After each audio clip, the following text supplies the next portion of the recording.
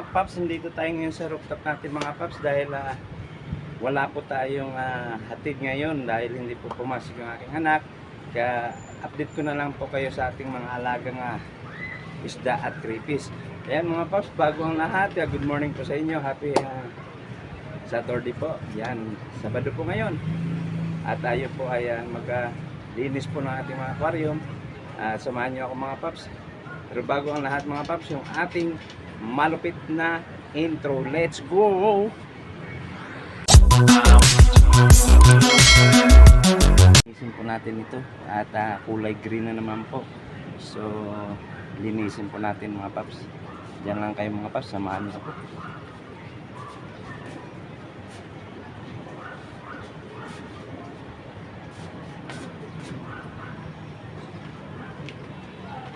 Gagawin natin mga paps ay bawas-bawasan lang po natin yung tubig. Tapos dagdag po dahil hindi naman po natin pwedeng alisan po lahat ang tubig po.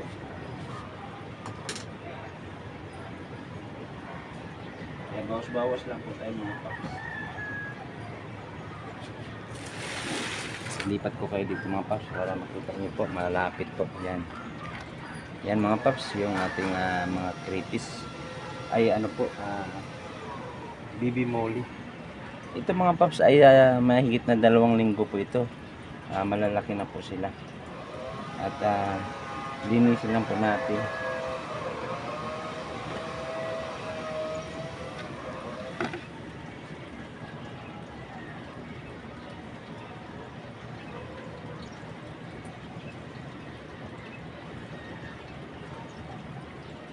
Ito po kasi natural lang po na nandito po kasi sa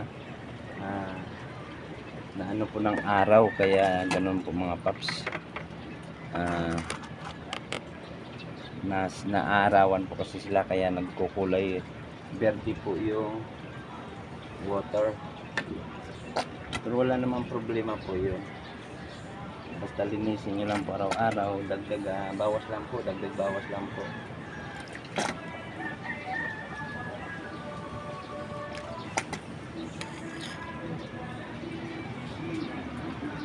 Gagawin po natin, dagdag bawas lang po tayo para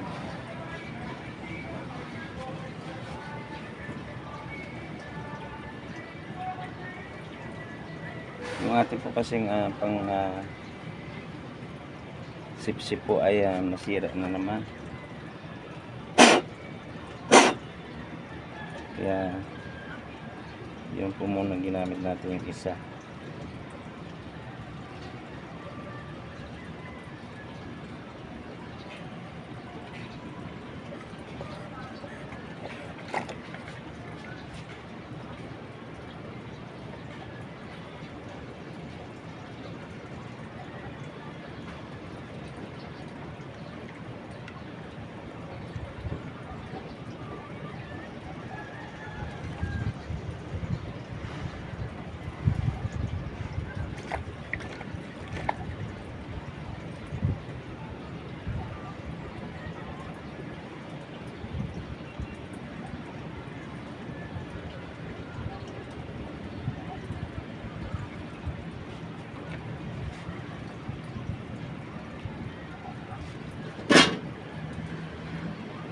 Yan mga paps, ito naman po ay ating ididilig po sa ating halaman. Ang tataba po nating halaman dahil ito po ay may ano po ng isda, kaya yun po nagbibigay rin po ng vitamin sa mga halaman po natin. Kaya tingnan nyo po mamaya, i-flex ko po yung aking mga halaman.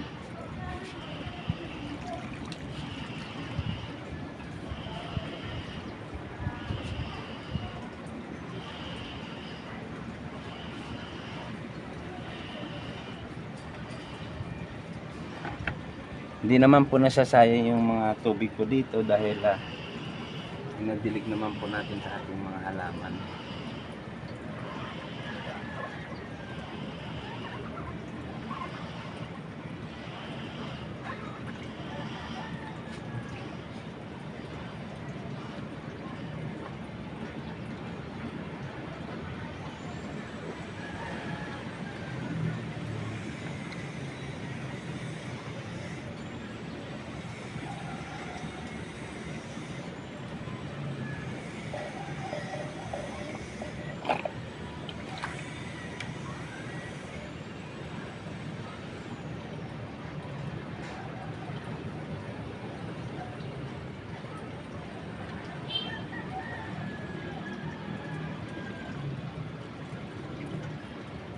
Yan mga paps, pwede na po yan. 50% lang po ang ating ibabawas po para hindi po mabigla.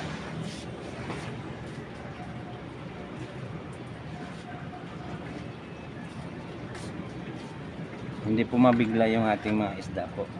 So ngayon po dagdagan naman po natin ng water po para maglinaw lang po siya ng konti. Mangyari po dito mga paps, kasi hindi po nakukuha talaga yung pagka-berde niya, ay atin na lang po linisin. Alisin ko na lang po yung mga isda. Mamaya po ano na lang po natin, babad na lang po natin uli yung mga isda para hindi po sila bigla po sa bagong tubig. Diyan lang kayo mga paps. Mga paps, ito po yung ating panghuli sa kanila.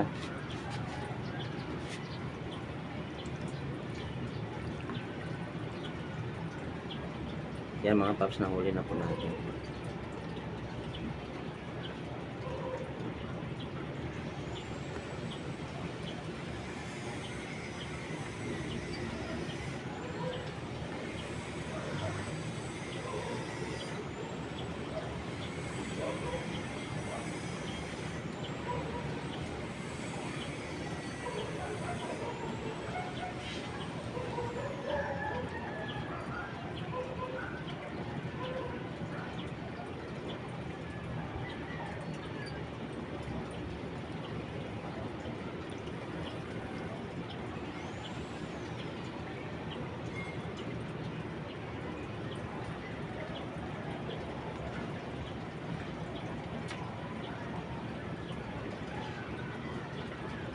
Yan mga paps, ito na po sila. Yan, nahuli na po natin sila lahat. Bali, ano po sila? 2, 4, 2, 4, 6, 8, 10. 14 po. 14 po sila. Itabi lang po muna natin mga paps at linisin na po natin ito.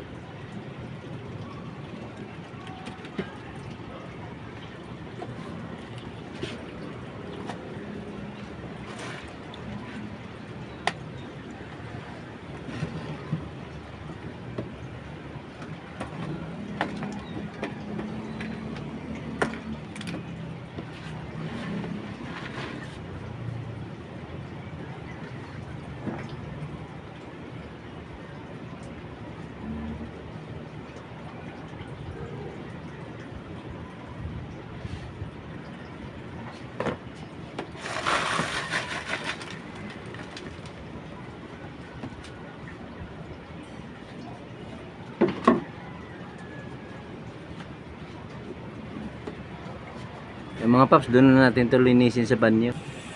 Yan mga paps, malinis na po. Ito na po yung ating container. Lalagyan na po natin ng tubig.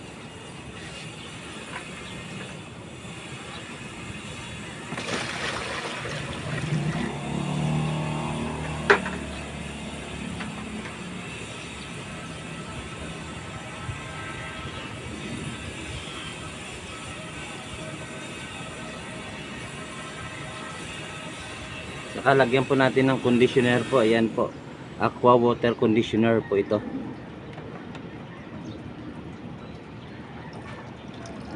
Kunti-kunti lang mga paps, kasi kunti lang naman po ito. Ayan, halo-haloin lang po natin.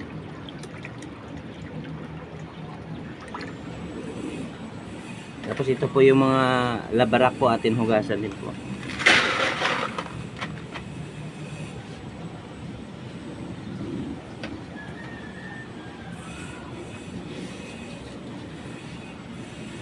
Ayan mga paps, nalinisin na natin yung labarak po. Ilalagay na po natin.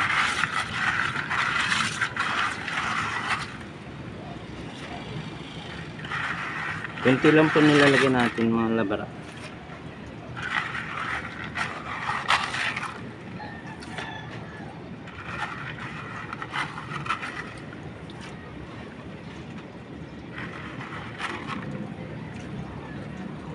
Yan mga paps, okay na po. Ilalagay na po natin dito sa pwesto po nila.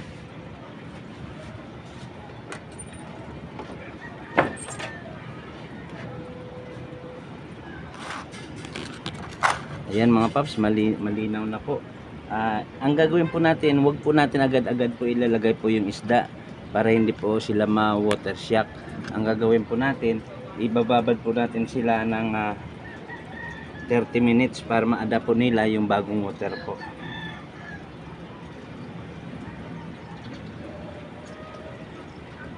Yan, ganyan lang mga paps. Yan. Bantayan nyo lang mga paps, mga 30 minutes lang. Tsaka nyo na po sila pakawalan. Ganyan lang mga paps. Yan. Ito naman mga paps, yung sa kabila, ito po yung marami po. Yung marami po yung ating mga baby fry. Yan po sila. Ano po to? Mga mahigit po 50. Yan po. Marami po yan. So, ang gagawin po natin dyan, bawas tubig lang po tayo, tsaka dagdag lang po, dahil hindi pa naman po masyado marumi po. Alisin lang po natin yung mga dumi dyan sa loob po, tsaka po natin palitan lang po ng konting tubig. 50% lang po ibabawas natin, tsaka 50% din po ating ibabalik. Yan po mga paps, ganyan lang po ang paglinis.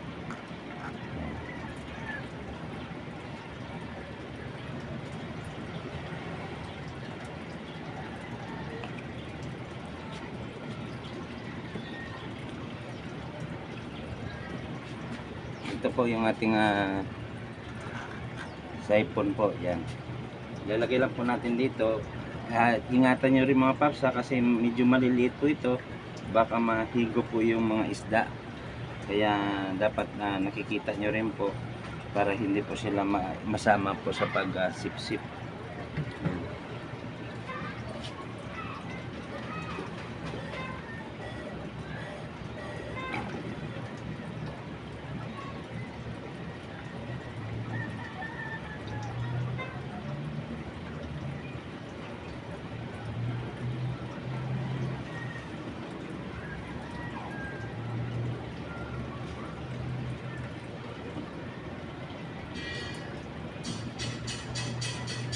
Para maalis lang natin mga paps yung kanilang mga pupo.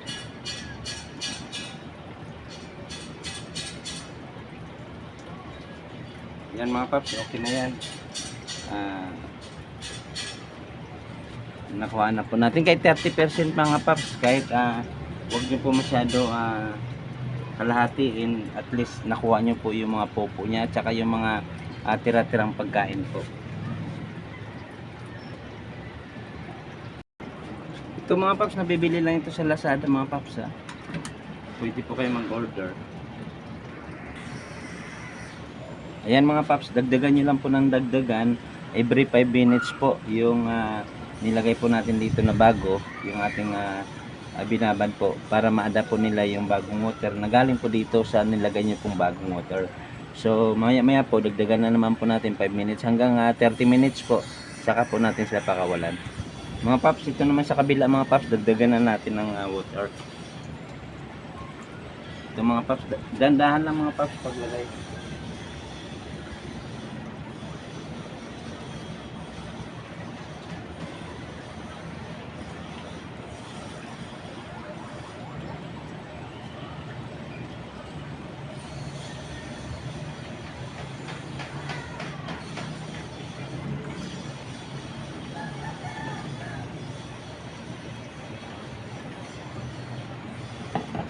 Ayan mga paps, ganyan lang po parami mga paps ilalagay natin. Yung mga 1 inch lang po para hindi po sila masyado lumutang po, para ano po sila, makakain po sila ng mga pagkain. Importante po yung makakain po sila, kaysa malaki po yung tubig, hindi po sila masyado makakain dahil malawak nga po yung kanilang ginagalawan tsaka malalim. So pag maliit lang po yung tubig, makikita po nila yung mga pagkain, kain po sila ng kain para mabilis po sila lumaki.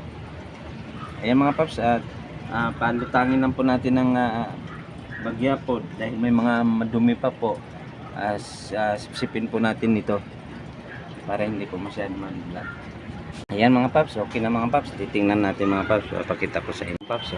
Malinis na, kitang kita na natin sila. Ang dami mga paps. Yan, 50 pieces po yan mahigit mga paps. Yan, iba-iba pong kulay yan. Yan po yun, muli po natin yan. Fry ng muli natin na yan. Yan, ang dami po nila. Yan.